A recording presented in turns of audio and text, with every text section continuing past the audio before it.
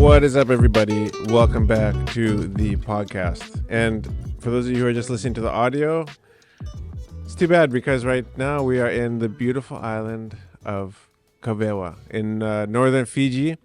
So if you're just listening to this podcast and you're wondering where the heck these people are from and what the heck they're doing, well, my name is Jonathan and I'm the dad of the Waka family. And so we moved our family to Fiji in 2020 because as a child, I used to visit Fiji every other year. My father is a Fijian and my mother is a Canadian. And I was convicted as I got to later stages in life about all of the untapped potential that I saw when I used to visit, in particular where I live in the inland of Vanuatu.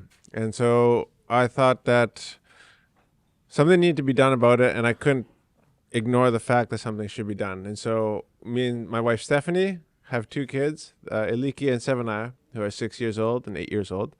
And we decided to set up our business in Canada to run by itself. So we have an organic residential and commercial cleaning company. So that business pretty much manages itself, although my wife and kids are there right now taking care of some business stuff to do there, as we have to do every once in a while. And we moved to Fiji because I wanted to be a part of creating employment opportunities through the responsible utilization of our resources. That is the mission of our company, of the Waka brand, as you will see on a lot of our apparel and on the side of my vehicle and stuff like that. And so the vision is to be the most innovative company in the South Pacific by 2031. And so my selfish vision is to see this logo on the front of the Fiji jersey by World Cup 2031. So Flying Fijians should be the Waka Flying Fijians by 2031.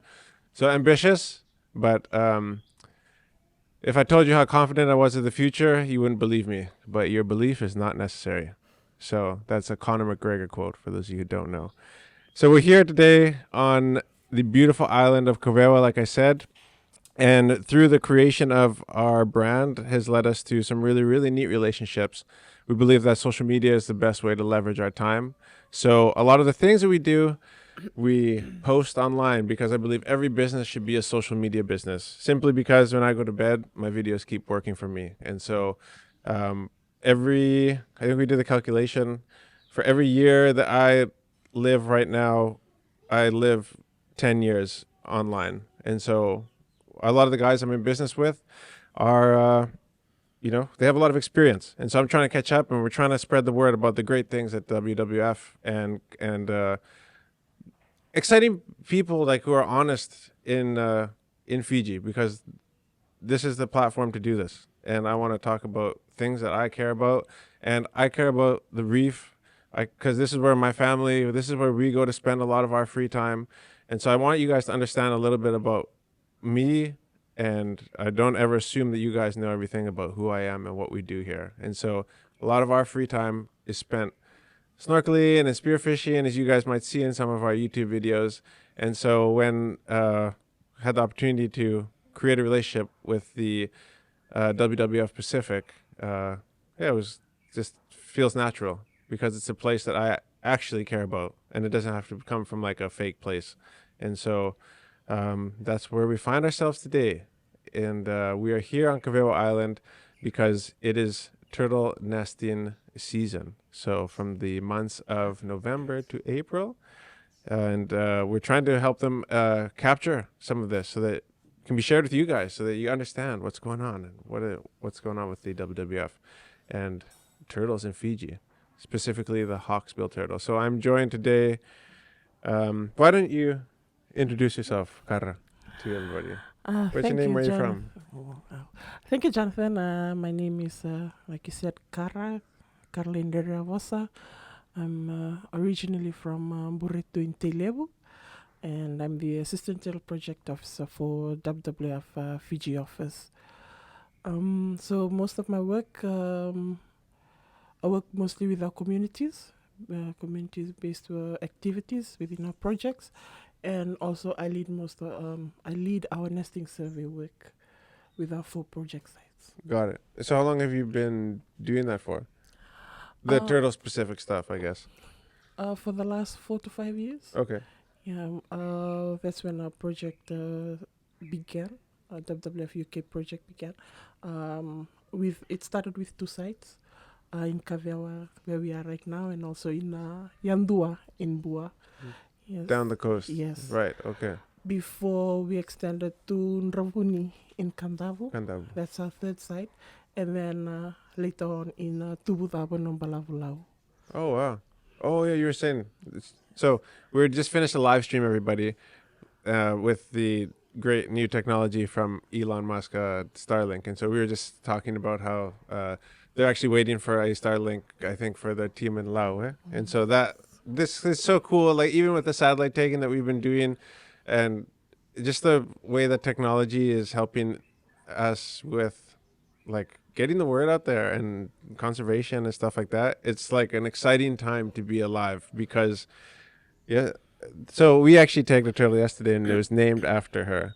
And we decided to name. That was the morning turtle, right? The Yes. early morning, yeah. And so we put the satellite tag on, and then we like hopped on Starlink, and then like in the afternoon, and we just saw this thing like it was not this thing. Sorry, cara, yeah.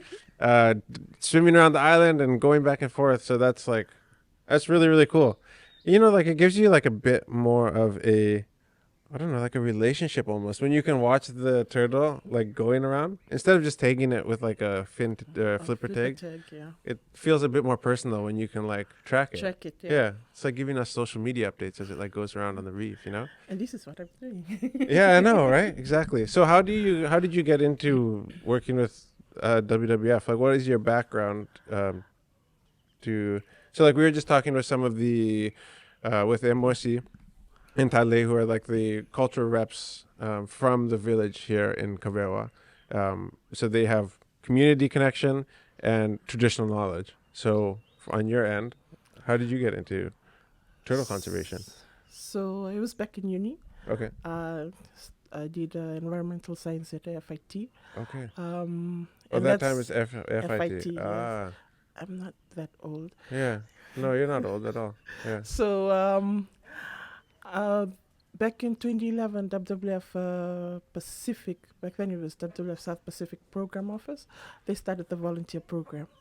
Oh, okay. So similar to some of the yes. students that are here with us Yes. this So time. Oh, okay, that's cool. That was the first year where it began and was established by some of the staffs. I came in with wanting to know more about mangroves. Oh wow, okay, yeah, sure. But later in the year, I joined most of the species work that was traveling to communities. So Wow. that's how I changed my background from mangroves to turtles. Right, yeah. Yeah. So like, sorry, how does one get interested in mangroves?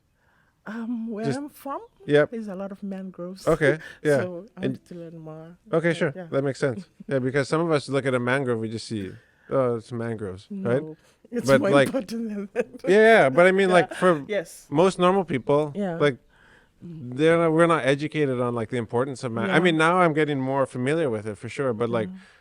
who the heck cares about a mangrove? Why is it?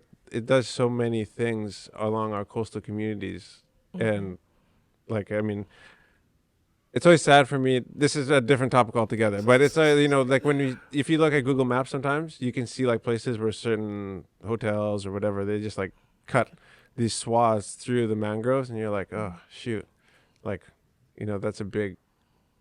that's a huge ecosystem that's now missing out of the. But we're not trying to talk about mangroves, I guess. We're here to talk about turtles. But so now you've been in the program, the turtle. Turtle. Specific to the turtles for the last 4 to 5 years. Yes. Okay, all right. Side note, Nravuni, is that where Lenora is from? Yes. That's why I know that. Okay. So she makes that place very famous, hey?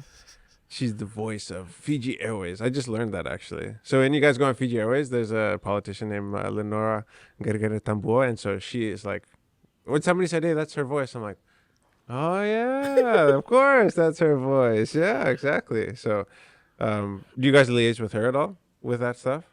Does she do a lot of thing on behalf of her community, like She like knows, Tale kind of does here? she knows we're doing the work. but, Okay.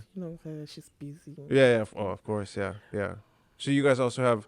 So in each village that you guys are involved in, you guys have like a similar like an emosi and Yes. Tale, Yes. in these other places? Yes. So for Ndravuni, we have the Turang Nikoro who helps us out. Okay, that's the village head man. Yes. Yep. The Tuvili, and also with Tubula, we have one of the youths. He is the son of the Yombula committee member for the island.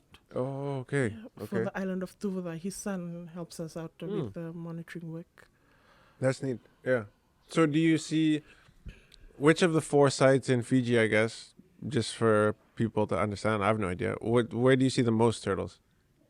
Or does it differ all the time? It's different. Okay. Yeah. Like for Kavewa and Yandua, we have only Hawksbill Turtle nesting. Hawksbill. Yes. Okay. But for Ndravuni and Tubula, we have both Hawksbill and Green. Oh, That's interesting. nesting on both islands. Whoa. So you have yet to see, or you've never seen the green turtle nesting here? We haven't recorded any. Yeah, recorded. Yeah, we okay. haven't recorded any green nesting happening in either Kavewa or Yandua. Interesting. Are they found in this part of the reef? Foraging, yes. Foraging, yes, but not nesting. Not nesting. How interesting. I'm always just like amazed because I just like, hey, there's turtles here. Like, they don't care what beach they go to. Actually, now I know it's very, very different than that. They do care what beach they go to lay their eggs and everything. They come back to like the same. Yes, they return back to the same beach that they were born in. That to is lay eggs. wild. Yeah. So, what happens when? Okay, so this island, they put a hotel there. I mean, I'm saying like, just hypothetically, does that would affect then? Yes, very much. Yeah. Turtle be coming in, getting back massage and everything, and actually these turtles are already getting back massages. For those you don't know, they're getting back scratch when we put on the. I was like, when we were doing the satellite tagging, they just have to use a bit of an abrasive pad to just allow the satellite tag to adhere properly to the shell, and so, like I used to be a mechanic, and and so we bodywork prep is always essential to the application of the product, so I understand how that works. But while they're like sanding the turtle's back, I just picture the turtle being like, "Oh yeah, oh yeah, that's a spot. That's oh yeah, right there, left." Just like he's like, I'm like, oh man, that must feel so good. But he probably doesn't feel anything at all, actually. So, we're getting sidetracked, but we're here to talk about turtles. Yesterday, was it Joseph, one of the volunteers? He took something off of the back of the shell. I noticed. We didn't even discuss that. He used the barnacles. Right. So it sticks on the shell. Does it hurt them? Not really. Oh, okay. Just, it's better to clean it because once they start collecting barnacles, that's when it gets heavy for the turtle. Okay. Yeah. Like, is it a kind of thing like if you get one, it's faster to get the second and the third and the fourth, or does it really compound like that? Because I know on the bottom of a boat, if you ignore it for a while, like it gets worse and it compounds. Okay. Yeah. That's interesting. Actually, Tui, you said you were watching like you watch like ASMR barnacle removal. So Tui, our content manager and producer, he's like, man, this is exactly what I watch. Like these like ASMR videos online that you can like go and like, I don't know, I guess listen and watch like people removing barnacles off turtle shells. You should be the one doing this interview, dude. Come on, get on the conversation. You're weird like that.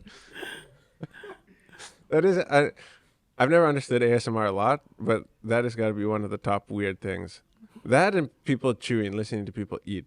Yeah. I'm not really into that. So there's 4 sites. Which one is the newest site? Like the most recent site? Tubula in Lau. Okay.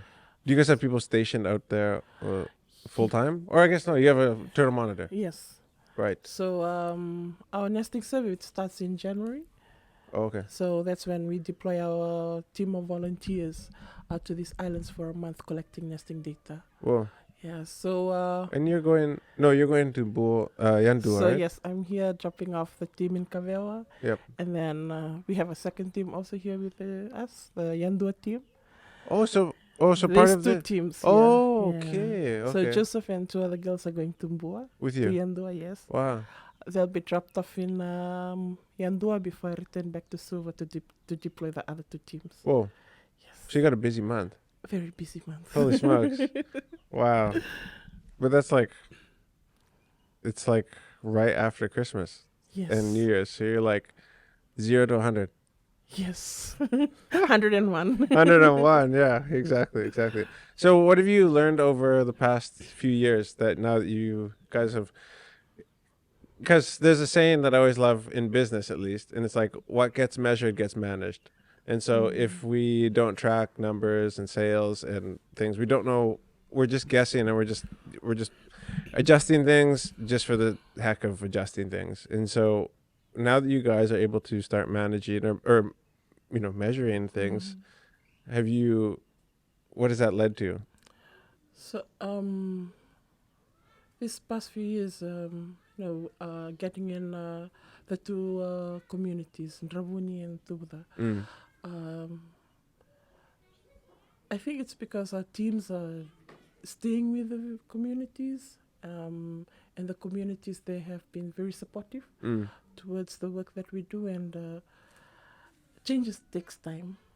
It'll take a lot of time to change people's behavior, but the little change we see, that's a big plus for us. Yeah. Getting our youths involved, village youth, even here in Kavewa, we are very appreciative and also acknowledging the support from the youth with us in the team camping out in the islands. For Ndravuni, we have 5 islands, nesting islands that we monitor. Oh, wow. In Ndravuni. We're in comparison, it's 2 here. Here, there's 2 here. There's 2 islands in Yandua, the big island, and then you have Yandua Tamba. For Tubuda, we have 3 islands. Tubuda, the big island, you have Tabanuku and Yarawa. But for Ndravuni, we have 5 different islands. Wow. Just last year, it's been, according to the village headman, he hasn't seen any nesting in Ravuni Island alone for a very long time. Oh. So last year they recorded around 6. Oh, really? On the island in itself. Oh. So it's a good sign. So it's a good sign because he said it might be because they nest and people are already harvesting eggs, and now they can actually see the nest and people are not touching the eggs now. So that's for us, it's change of behavior. Yeah, for sure. Yeah. Because one thing is to affect the population of the, I guess, the organism that you are trying to, protect. But another thing is like, what is the predatory species in this case? I guess humans. So trying to, the awareness and stuff around, like you can do all. We can measure and manage turtles, but we also, I'm seeing this week how important the community is also. Very important. Yeah. So like what are some of the, I guess, the challenges that you guys face with the getting into the communities and helping to educate? I mean, you guys are battling like hundreds of years of, traditional habits, right? Cultural habits. So like, how do you guys, just patience? Not just that. I think it's getting the right information to the communities, knowing that, these communities, they have a very strong traditional knowledge. Yeah. And, we have to acknowledge that.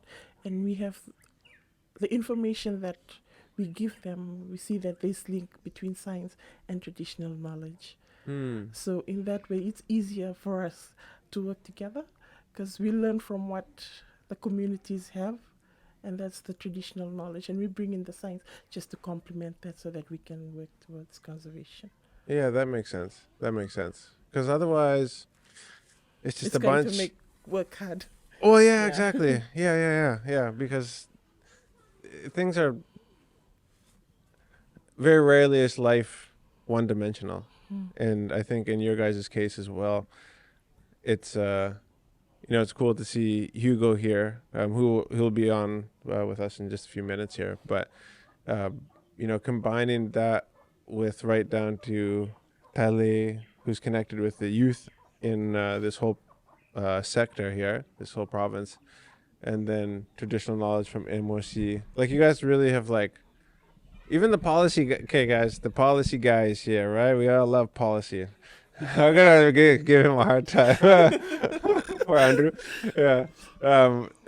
Guys, the policy guy is here on the ground. He's the one actually doing the tagging. So like, yeah, these guys are like very cross trained, very able to do each other's jobs. Mm-hmm. And so I think it's important, on a serious note, like to have that diversity in the team, because I'm a firm believer in. So my parents were missionaries growing up. They were with an organization called Youth with a Mission, and I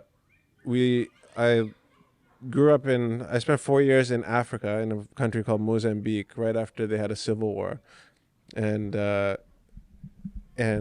my mom is a nurse, and so and my dad was just a farmer from Sanganga, and so he used his farming knowledge to help people in Mozambique, like teach them how to farm in like a third world country situation, so they could like make an income and living for themselves. And so I would see how much cultural orientation plays a big part in your effectiveness in communities. And I don't just say that, like I actually have seen like people go not through the right channels, and it's not that they offend, but they just don't do it quite right, and then it just like puts everybody on like they're not as helpful, the community, they're not as on board. And that's one thing I was really happy when we came with you guys a few days ago, is to see that you guys were actually going through the right cultural doorways, I guess, a direct translation, but to enter into this community. And so thank you guys for doing that, because that's important to me, being Itauke, is like that we go through those right channels, right? Yes. I think you guys must see a big impact from doing that the right way, huh? Yes. Yeah. You've given the support and also the blessing in that way. Yeah, for sure. Yeah. So talking about support, I guess, not only from the community, but from your donors. Yeah. So I guess I'll give you a chance to say thank you, probably, to, I think off the top of my head, WWF UK, WWF USA, WWF USA through the Royal Caribbean Fund. Through the Royal Caribbean Fund. So maybe we should be having Andrew on here, but to talk about the specifics. But what is the Royal Caribbean Fund? Is that a question I can ask you? I mean, just from what you know. So the funding came through the US. So the Royal Caribbean Fund is funding most of our satellite work. And also a bit of genetics training that we'll be having over in Suva. Yeah.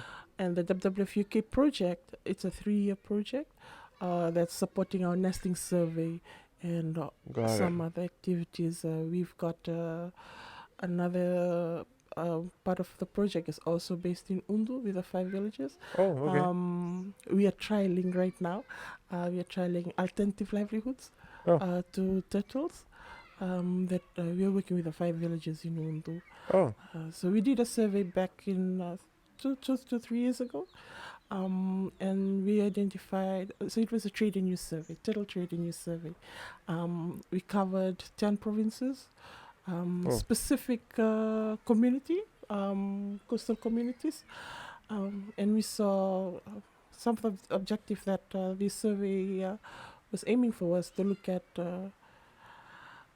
why people are harvesting turtles, to look at the annual take, come up with a number, and also see what alternative that can be used to minimize the harvest of turtle. So currently with that, after doing that survey in Madhuwata, one of the sites that we identified was Undu because it's still along the GSR Yes. Yeah. river. So right now we've just started and hoping to with the groundworks and hoping to implement the different alternative for each of Got the it. 5 communities. Right. Right. So that's just a pilot you said right now. It's a pilot. That's cool. That's really cool because that's one thing I'm passionate about is giving people not just opportunities, but there's a saying like knowledge is light, you know? And so if you can educate people and, you know, help, sometimes all people need is like a forum for discussion and a place to be able to air out their ideas and you know, like have conversations about like, oh, what's a good alternative? You know, and then have a safe place to have those discussions, right? Yes. And so that's really, really cool. That's really, really cool. So in regards to the funding that you guys get, going back to the donors, Yeah. how is that like assisted? Has the funding, you know, changed over the years? Have you guys, you know, gotten better at your, you know, WWF Pacific specifically? I assume that's a big part of what you guys do is trying to get access to these funds, right? Yes. Yes, very much. So Otherwise, like, how do you get everybody out here, right? How do you get these satellite tags, all that stuff? yes. So I think as we work through the years, we see gaps, data gaps that we try and identify, and that's how we've been trying. We've been lucky enough to get most of this funding. Right. So we've had satellite tagging in the past happening in Fiji, but for Hawksbill, this is the first time for 10 tags to be deployed in one specific area. Wow. Yeah. So hopefully we tag. I know. 10 tags. Yeah. So we've been lucky enough to tag three, three right? Yeah. in the last 4 days. We need 7 tonight. No, just kidding. With this weather and all. Yeah, that's the thing about what we're doing is that it's very weather dependent, right? Even with the with the filming. Luckily, we got two so far on film, but you can only do what you can do, right? Even that comes down to the tagging. We'd love to tag all 10, so fingers crossed. But you can't really, you can't stress about it. You can't force the turtles to come up to the land, right? Yeah. Just trying to time them. Yeah, exactly. So like what is, I guess in closing before we bring on Hugo, what has this been like for you, like in your own personal life, taking it away from the, you know, the turtles and the communities, like how has this changed you, like as a person, or like any making memories along the way? Oh, a lot. Yeah. A lot of memories. Maybe seeing things you Yes. wouldn't have seen. Yeah, it's really different from where I grew up, for sure. What is it like where you grew up? Just if somebody is from Canada or the US and they have no idea about Tailevu, Okay. It's the most beautiful place in the world. Oh, correct. Okay. Hey, sweet Manda, get some water and yeah. My village is unlike other places I work. It's surrounded by beautiful blush green mangroves. Yes, and we don't have big fishes like sea and reef fish that we have here. But most of the places I go to and I talk, as soon as I see my village, they're like, why are you telling us about turtles? You live in the mangroves. Oh, so that's funny, right? Yeah, of course. So, yeah, but it's been a great experience visiting these places, building connection, building networks with communities, looking at the different dynamics, the different way of life. Yeah. Different cultures and I guess the biggest one is the adaptive mechanism that this community have. They have a lot of difficulties that they face. They don't have water, Yeah. far away from the mainland, and all, but they still make it work. It's a beautiful experience. When our team come back, that's the experience. The 1 month, it lasts for like years and years. Really? Eh? Yeah. So living the community is one of the hardest thing for our volunteers when they go back. Because Especially the hospitality they get. Yeah. yes, Yeah. yes, and the boat rides. So yeah, last night I was telling them, you enjoy your boat rides because when you go back to Suva, you don't know when is your next boat ride. Yeah. So yes, everything about it is just wonderful and it makes me appreciate what I have Right. back with me, and yeah. A bit of a background. So, sorry, I know that I said that we would be wrapping it up, but there's a bunch of volunteers here. So what's the setup there? So they are, from what I gather, all in marine science-ish courses So in school. yeah, They're so, enrolled. Yeah, Okay. some of them are students at USP, Yep. FNU, and some of them just graduated and Oh, just looking for work. So we put out an advertisement okay. looking for volunteers, and they applied, shortlisted. They did their training back in December Got it. before the deployment started Okay. this year. Wow, neat. So they're like all like, this is like one of the biggest moments yet in their lives, Yes. eh? So in the past years, we've had we are lucky enough to retain 2 old volunteers this year. Okay. That has been that had been part of our past survey. Who is that? One is Lynn, Okay. and the other one is will be in with the Dravuni team. Okay. Stella. Yeah. That's helpful to have that experience then, Yeah. right? Yeah. Exactly. Well, yeah, what would you... Okay, I have to have one more question before I let you go. If there's a young... You look at yourself when you were young, like in school, and there's another... If you were to picture like a young Fijian girl, out there who's, looking or just thinking about, I don't know what I want to do when I grow up. Like what has been the best thing about, because once you were that girl, right?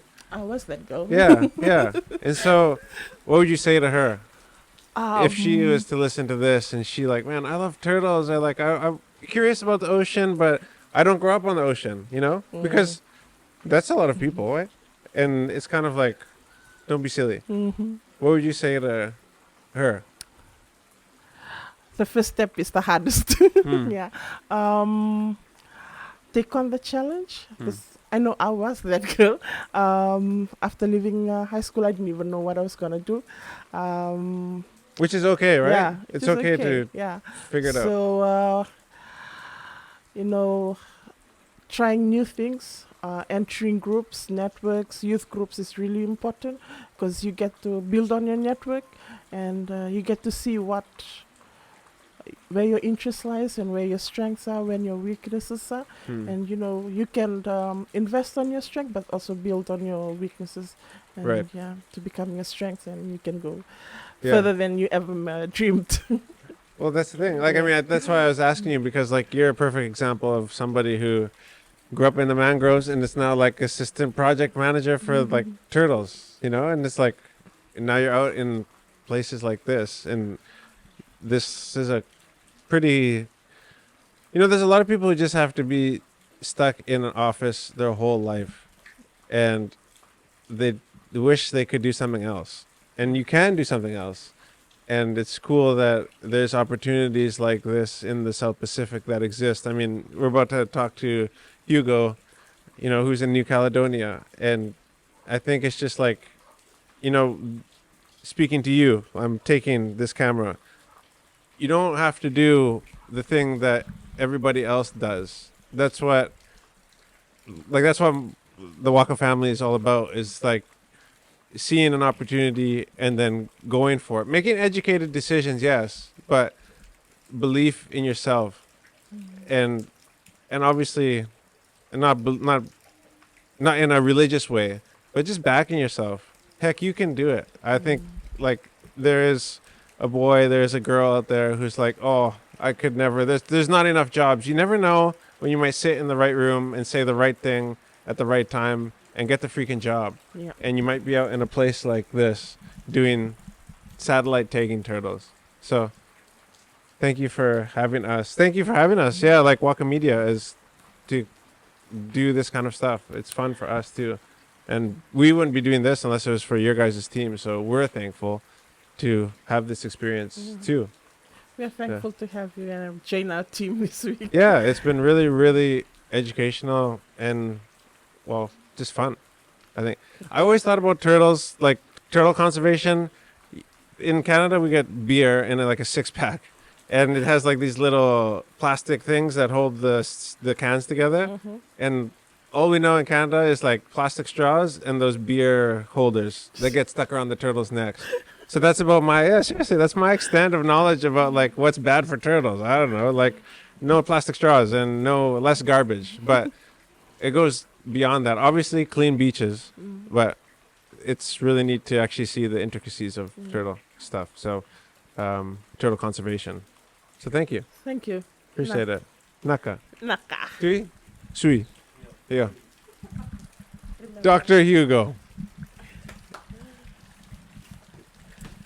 So we're doing a 2-part podcast here, which is going to just be aired as one.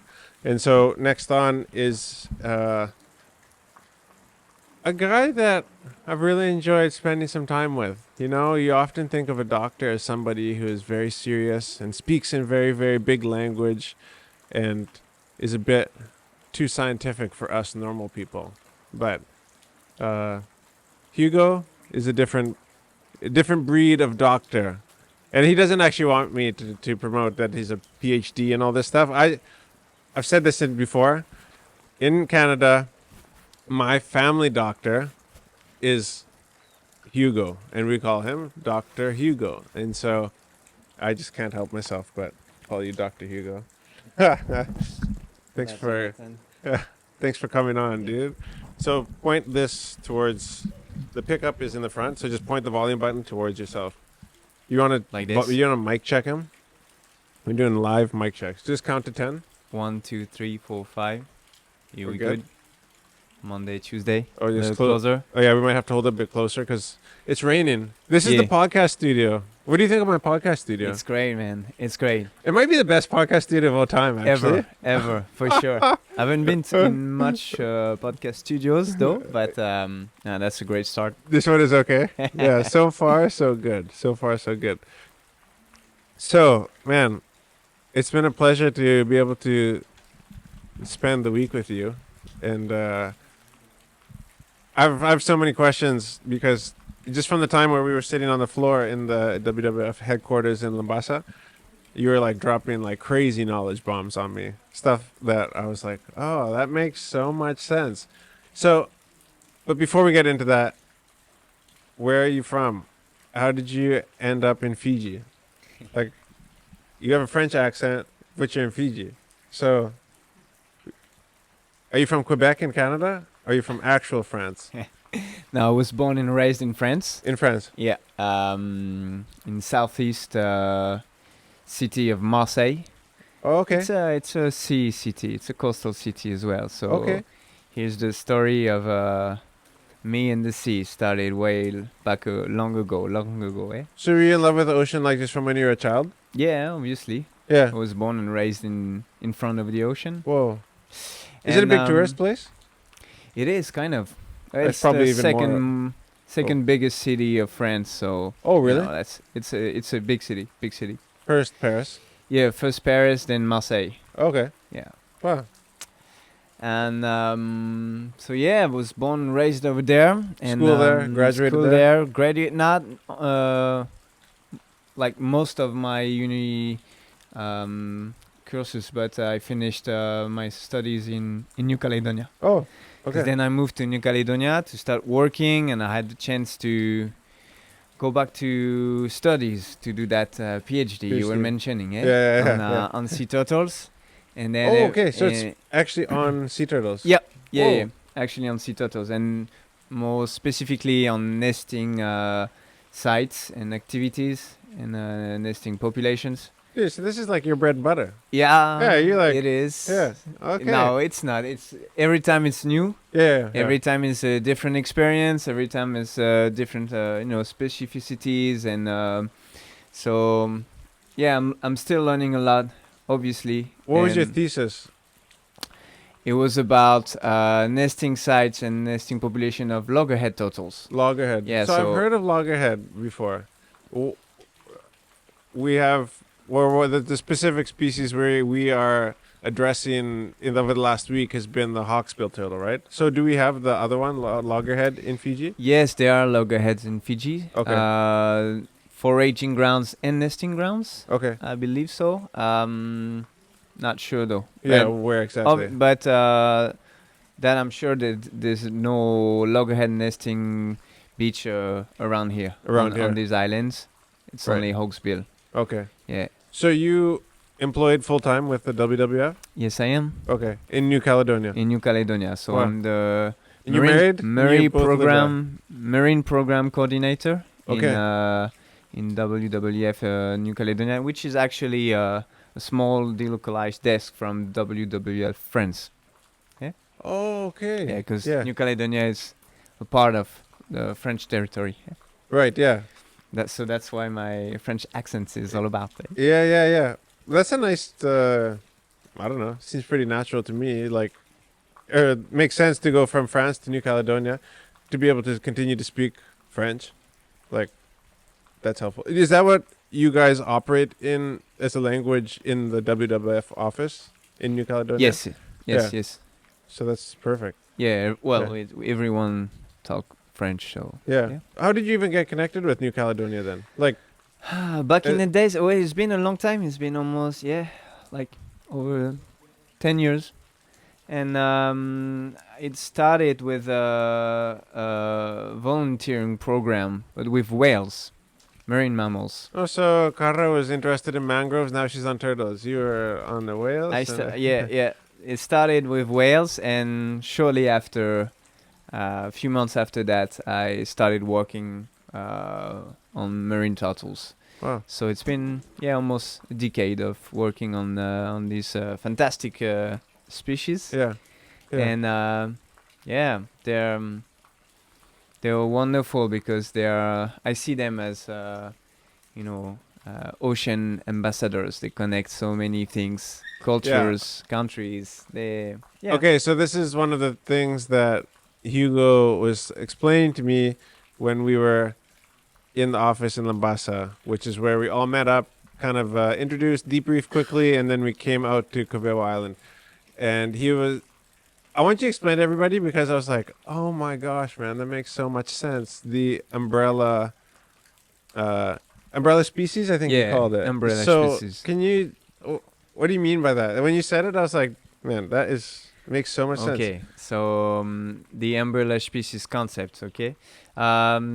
It's not only the turtles, obviously, but turtles are Okay. one of these What flag. other animals? Well, whatever animals has like great empathy, like people has great empathy too. Okay. So Yes. turtles, you'd say whales, you'd Whales. say polar bears and pandas.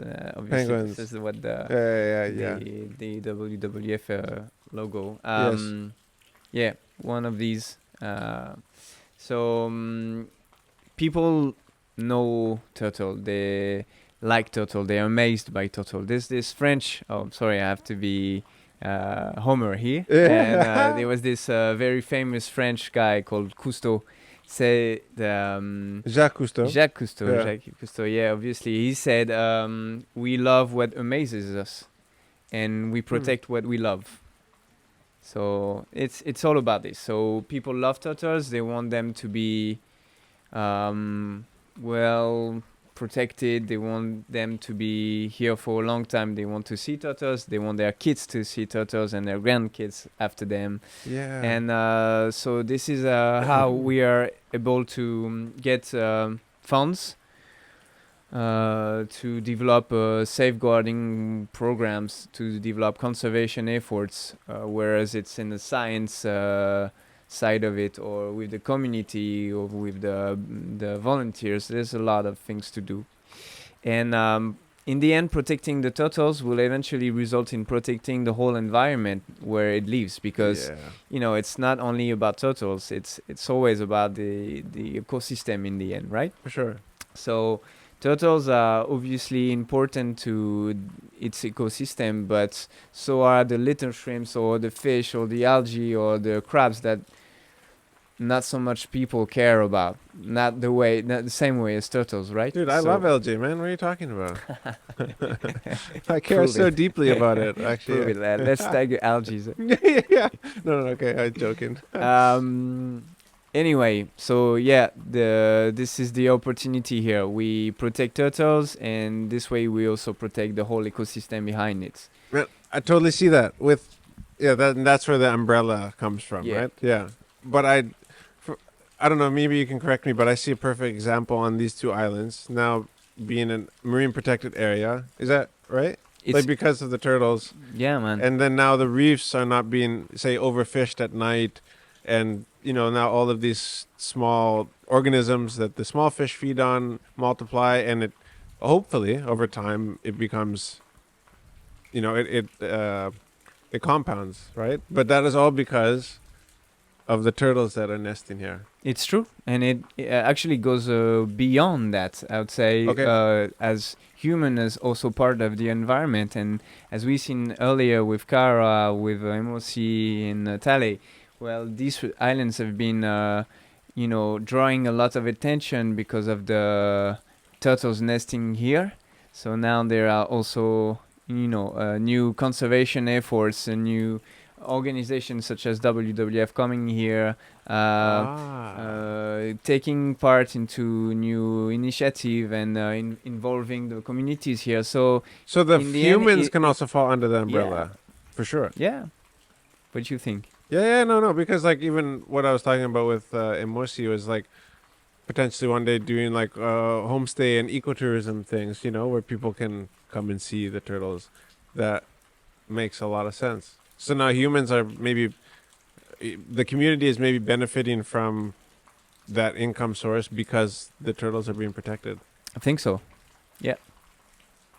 Mind blown. Yeah, mind blowing. Yeah, dude, for real. Way to go. Yeah. I'm getting smarter. So you brought a satellite tag with you. This is what they look like, everybody. This is pretty cool. So are they already anti-fouled? Yeah. That's why it's blue. This is why it's blue.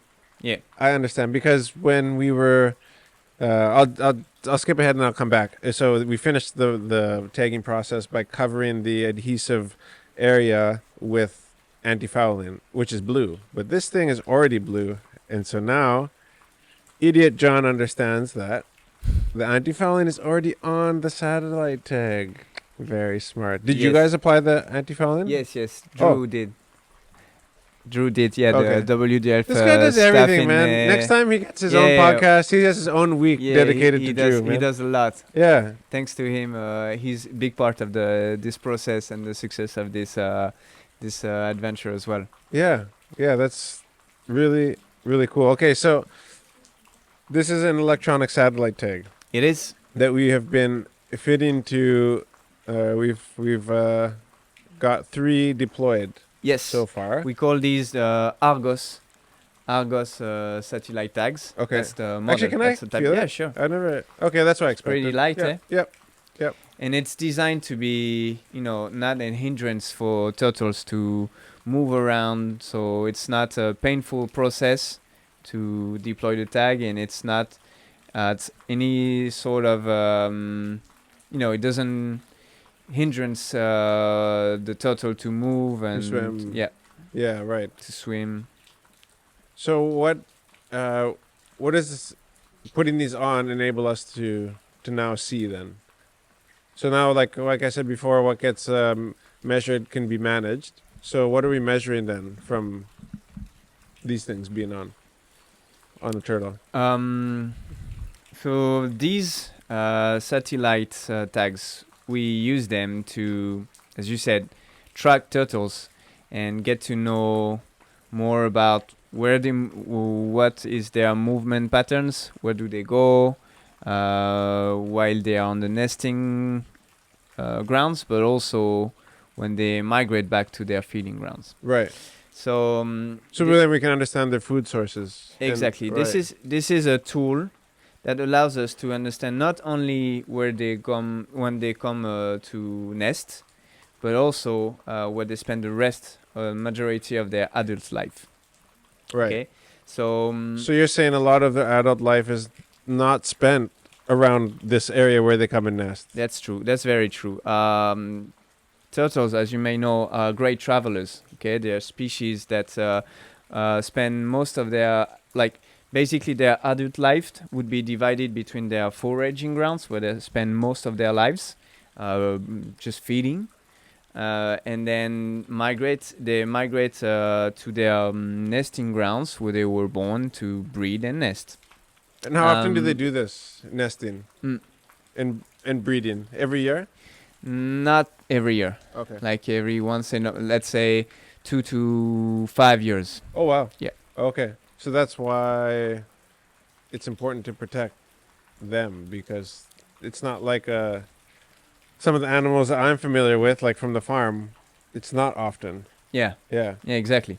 And it's rare, the chance of survival. I mean, Chance of survival from a hatchling turtle is like 1 out of 1,000 will make it to the adult stage, which is very late as well. It's a very late sexual maturity. It's about 20 to 30 years, depending on the species. Whoa. Yeah. Wow.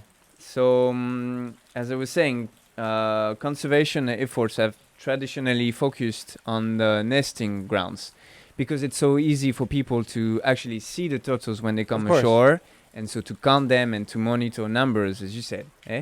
But while it's obviously very important to do so, it has also led to overlooking the other oceanic habitats, so and especially their foraging grounds. Yes. So this is that's why one of the we've things I grown wanted interest. to ask you. Yeah. This is what we've grown more and more interest in those satellite tags programs, because this is a way for us to not only identify the migratory corridors, but also where they live eventually the rest of their lives.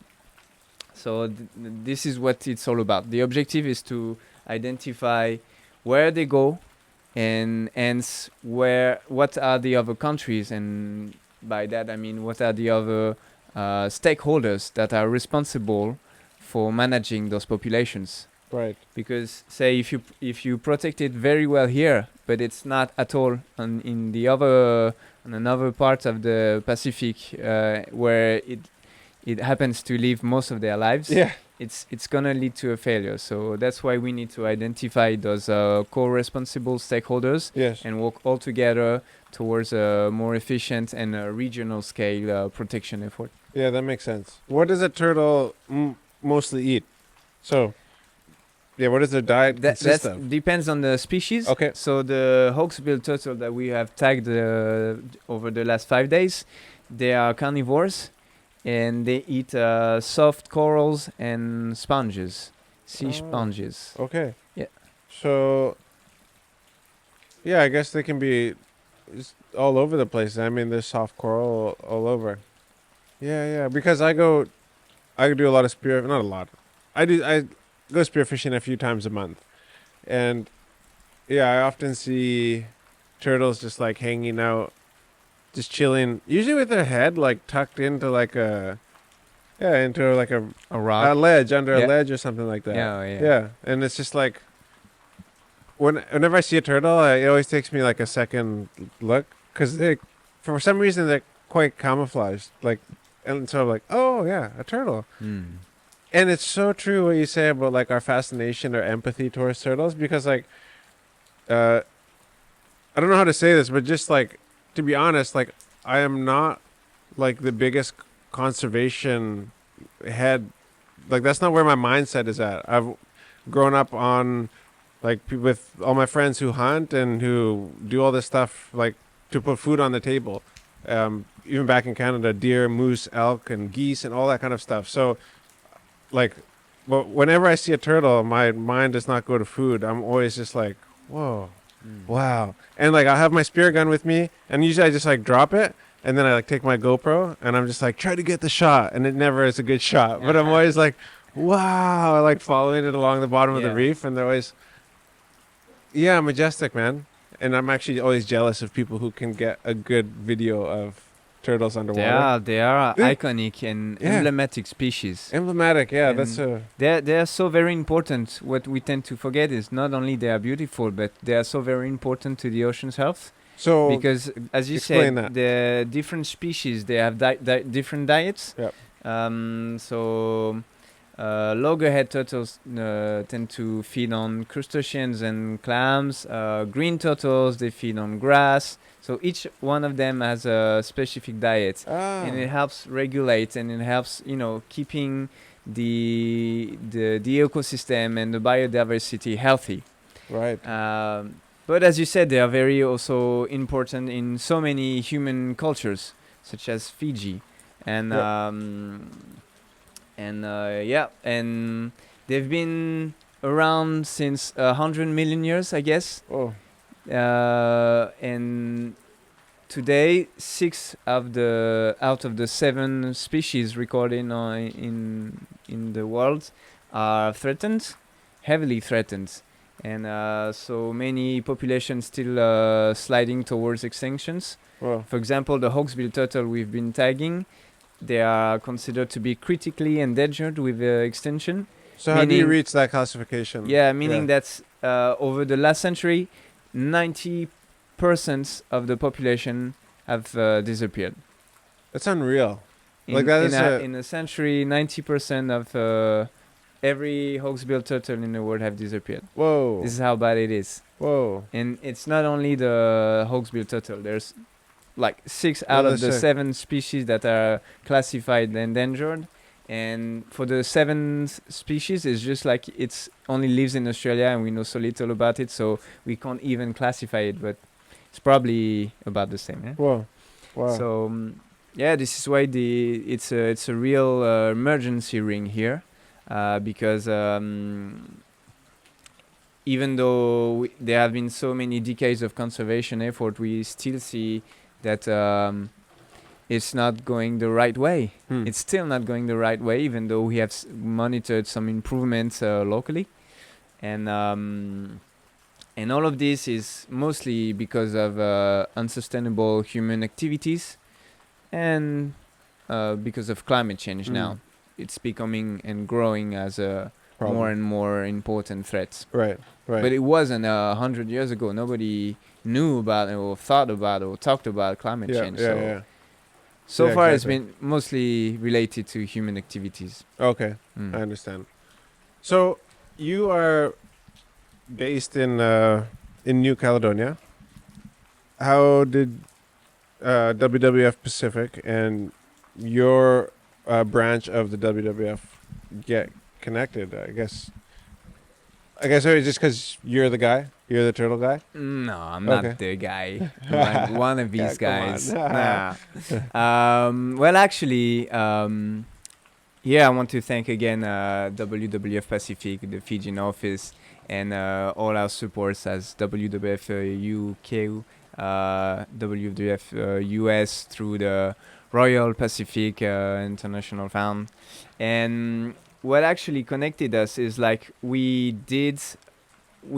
just finished a tagging program that lasted over the last 6 years in New Caledonia. Right. Yep. It was the first time we did that at this scale in New Caledonia.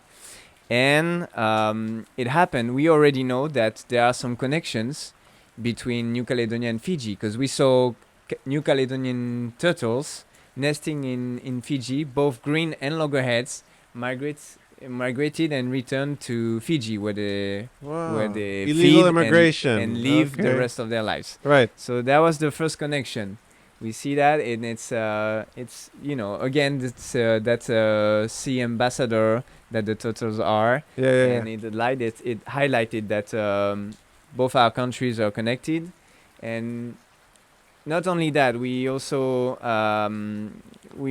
found out that most of the turtles in New Caledonia would connect with many other Pacific countries, Through the such as DNA testing or through the satellite tagging? satellite Okay, tagging. yeah, okay. So we saw that there were important connection with Papua New Guinea, with Australia, a little bit of with Solomon, and so yeah, we understood how important it was for conservationists and practitioners to and stakeholders to look at the turtle conservation at a more regional scale.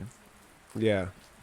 And so when these guys, WWF Pacific, started to their own tagging program, well, obviously and naturally we came into contact and we talked a little and exchanges, a few exchanges went back, and we decided that Made sense. yeah, it made sense to me for me to come here and to be part of this team and just to share the knowledge I got in New Caledonia. For so sure. that now I could see that when we were doing the Fijian tagging. team. Like, I mean, just to, because a lot of the times, like, the best way to learn is to actually do.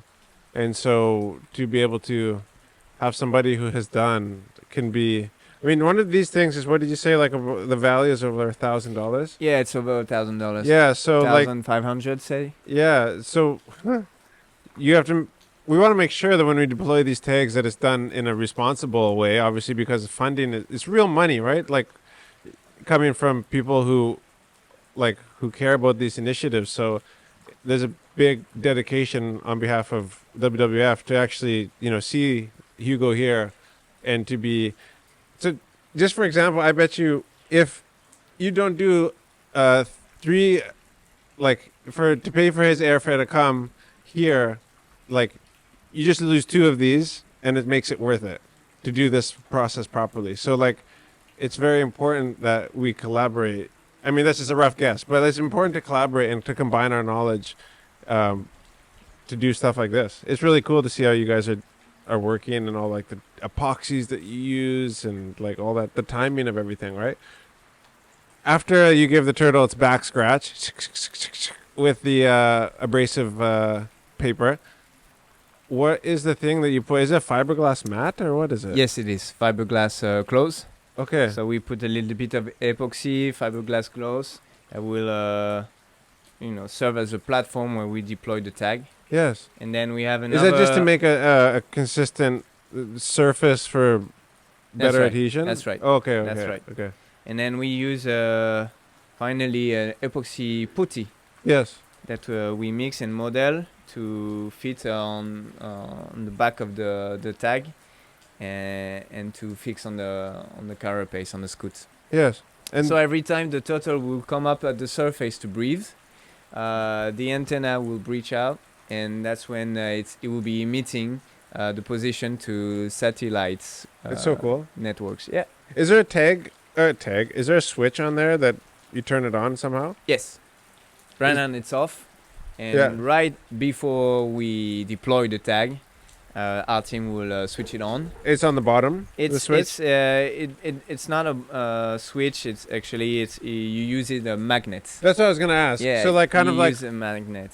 when you guys walk out of a store and you forget to take off the magnetic clip, that's the actuation. Similar is that it's a magnetic actuated switch, so that there's actually no openings or cracks for water to obviously penetrate the device itself. So it's pretty high tech stuff, man. Yeah. Yeah. Yeah. Like, and right now we can check live on our computer where are the turtles that we've tagged over the last 5 days. Where are they? Are they still moving? Are they still around the islands, waiting to come for another nesting event? Or have they started to migrate it back to their foraging grounds? So every day it's like first thing you do in the morning when you come to the office, switch your computer on. Heck yeah, of course. And get to see, where's that turtle? Oh, it hasn't moved, so it's coming back probably in the next couple of weeks to 100%. nest. Or on the other hand, it started the migration, so where is it going now? Yeah. And these guys, they know where they're going.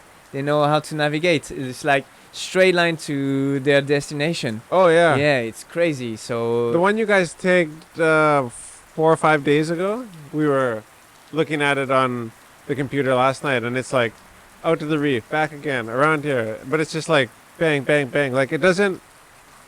It wasn't really like going to a spot and then like kind of going around. It was like very like he knew or she knew where she was going. Yeah, okay. Like, Well, that might has to do with the accuracy of the position at the moment as well. okay, right. Because right. that can vary depending on the weather. Like if it's very cloudy, like it's been lately, Yeah. the Right. position is not that great accurate. Yeah. And obviously the satellite coverage also varies Yeah, from day exactly. Yeah, okay, I to understand. night. So maybe it has to be, we will correct it eventually when we will assess the data. And But the more Prob- data you have, the better mean, I guess, or Exactly. the more accurate the averages will be, I guess, right? Yeah, that's right. Yeah. That's exactly about it. Have you guys learned anything about their migratory routes that has really changed, like, or that has been like mind blowing, like in New Caledonia, say, over like you guys are like, whoa, we never knew that. Well, it's yeah, for sure. Yeah. For sure. We started from scratch basically with a blank sheet, and we had a few. It's exciting though to be Yeah. in that part of the process. Yes, eh?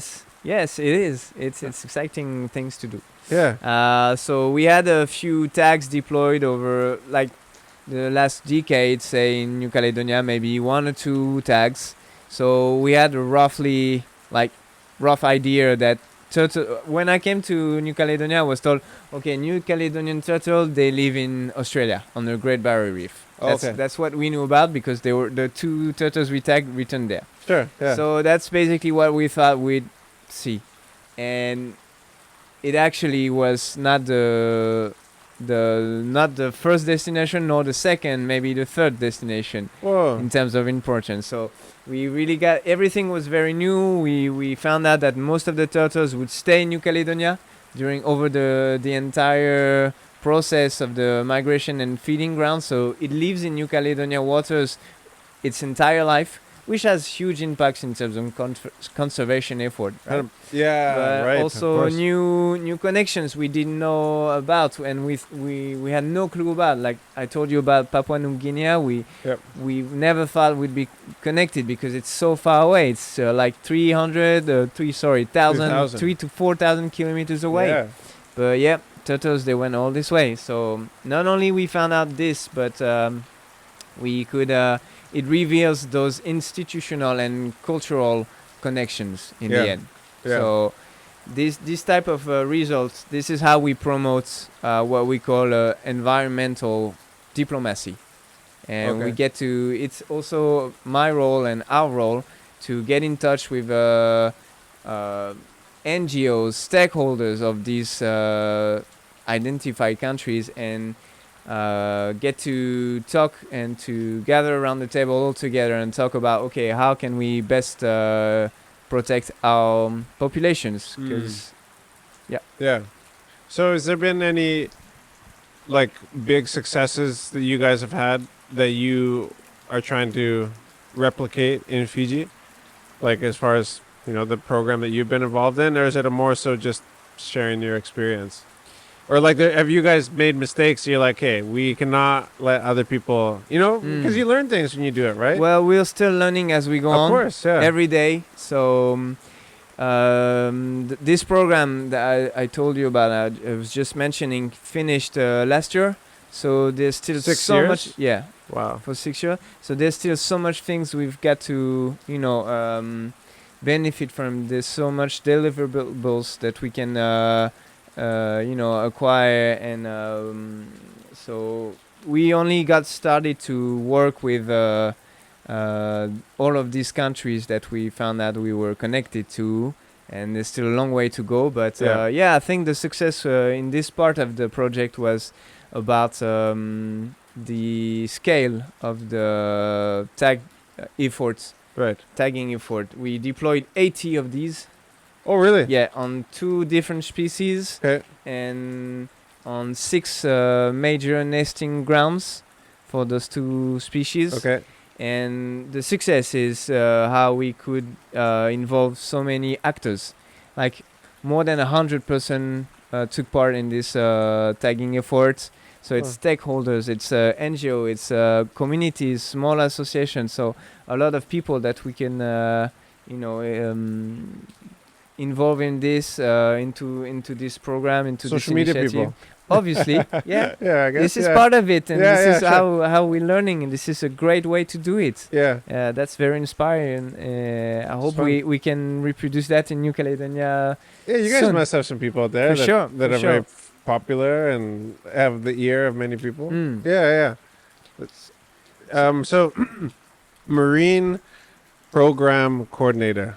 What does a day in the life of a marine of yourself look like? Like, or your average week, like, do you Average, most of the time, you put on a it's, snorkel and dive in the water? You're in the office. I wish. I wish. No, most of the time it's at the office. As you said earlier, it's about fundraising, designing programs, coordination of these programs, make it lively, make it interesting, make it happening. Yeah. And so the field work is only a part of it, of the process. Yes. Obviously, it's an important one and it's a fun one. Yes. But it's just one of these major steps we have to do. Of course, yeah. So you have a PhD in marine sciences, is that Yes, right? yes. Okay, so does your to somebody out there who might be interested in doing what you do, but the school portion is like, hey, so I'm not like an academic person. Before I was a business owner, I was a mechanic. I worked on vehicles. But I worked on the vehicles I loved, like Lamborghini and Porsche and BMW and Mercedes. That was my specialty. And so I love anything with an engine. I love it. But that's because I love like the hands-on work, right? So to somebody who's like, maybe is intimidated by all of the education stuff that comes with it. Like, is there still like a lot of creativity that you like outside of what you learned in school? I assume you probably do things that like, okay, they didn't teach me about this. So you're like, I'd say this is most of what I do in my professional life. I'm sure. The academics part is, this is a way to get your foot in the door. Foot on the ground, some knowledge, general knowledge, and how to build your mind. Sure. But after that, it's up to you to be innovative, be creative regarding these programs and how to involve people, how to reach out people, what's the right message is. Has there been any changes? And it's a challenging position, obviously, but very interesting. Yeah. So to young people today, I would say, don't give up. Don't give up, because it's a good job, and it's a good opportunity to be part of a solution, a global solution. Bring your own energy to this collective initiative, and maybe Yeah, I love it. I want to say I've been around, like I said, my parents were missionaries. We used to bring teams from overseas to come and come to remote villages like this. We spent lots of time in Lomai Viti. Unfortunately, no, I'm just kidding. But we would go to Ngao and go to all these places, and it's very easy to be culturally insensitive.